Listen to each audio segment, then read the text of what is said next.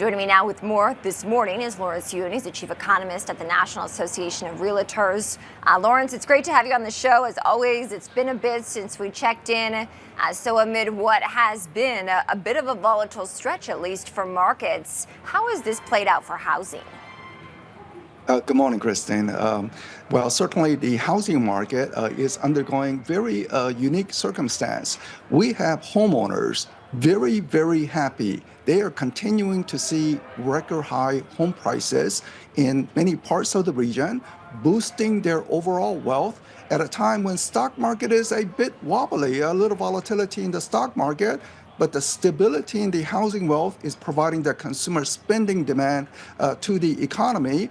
Yet for the people in the business, home sales have been running very low, so very little sales activity, so very contrasting situation. Yeah, and with the current state of the economy and the indications that we've heard from the Fed Chair, Lawrence, do you anticipate that there will be a change in direction anytime soon? I believe the mortgage rate has already peaked. It had been close to 8%. It has come down towards 7% now, but it could possibly reach even 6.5%. Now, consumers should not expect a return to 4% or 5% mortgage rate. It simply will not happen given the large amount of the national debt situation and also because inflation is not fully under control. So new normal of mortgage rate, say 6.5% towards the second half of the year, I think that will be normal. But now with more inventory coming onto the market, it is a perfect time for the buyers to negotiate for a little better pricing condition. So increased inventory, mortgage rate fairly stable, home prices continuing to rise, all good condition for buyers. Now, the volatility that we've seen does coincide with the spring selling season, typically a very busy season when it comes to the housing market. Has there been any impact on what was expected for this spring selling season? We are at the early stage of the spring home buying season. March, April, certainly important, but most of the closing activity happens in July and August, right before the beginning of the new school year, especially for families with school-age children. So we still have a couple of months to see how it plays out. But what we are hearing from realtors is that they are getting more inquiries from buyers. They're also getting more listings from their prior clients who previously enjoyed the locked-in low interest rate, but are now saying because of life-changing circumstance, they have to sell and move to different location. So more listings coming onto the market, more inquiries about potential buying activity. I think the spring buying season, very, very important. It started out slow, but let's see what happens in the next couple of months. Interesting. What about refinancing, Lawrence, with rates already peaking, as you mentioned, according to your projections? Are you starting to see that demand pick up?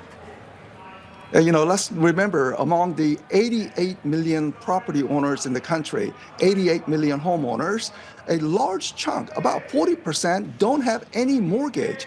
They are not locked in. They don't have to refinance. They can move at any time. But the remainder, mostly they are in the 3%, 4%, 5% mortgage rate. So with today's mortgage rate, refinance demand, well, it's still difficult to refinance other than the people who need to take out cash.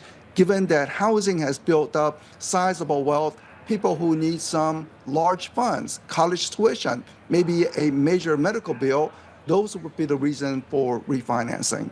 Interesting. And in terms of what we can expect from here, any markets that you see outperforming in the months ahead, Lawrence?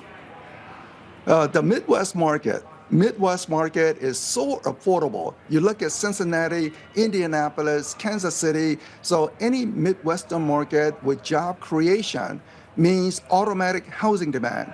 If you have job creation in New York or California, very expensive market, that does not translate into housing demand. So look for the affordable markets out in the middle of the country where job growth will automatically translate into increased housing demand. And what does that affordability measure account for? Doesn't it include, Lawrence, costs like insurance?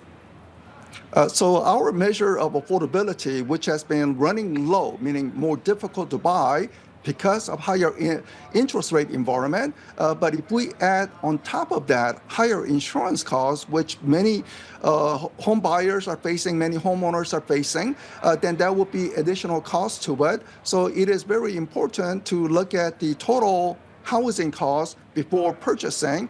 But the big driver of affordability movement is really on interest rates. So if we see a meaningful decline in mortgage rate, that will greatly improve affordability, and you will see some robust bringing of the buyers to the market. Yeah, and Lawrence, just to be clear, I know you mentioned this earlier, but there is some concern with tariffs that could actually cause prices to increase, right? That's what the consumer sentiment or soft data, if you will, has shown. But it sounds like, based on your forecasts, that you don't anticipate that would have an impact or that we will see higher rates ahead. Is that right?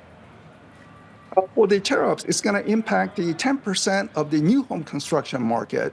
90% of the existing home market, I mean, they're just trying to go on their life-changing events. Some people are listing their properties. And at the moment, right now, the supply is increasing. So great opportunity for the buyers to do some shopping. And if somehow the mortgage rate comes down, lock in those rates and give it a shot. All right, Lawrence Yun, Chief Economist at the National Association of Realtors. Lawrence, thank you. Thank you.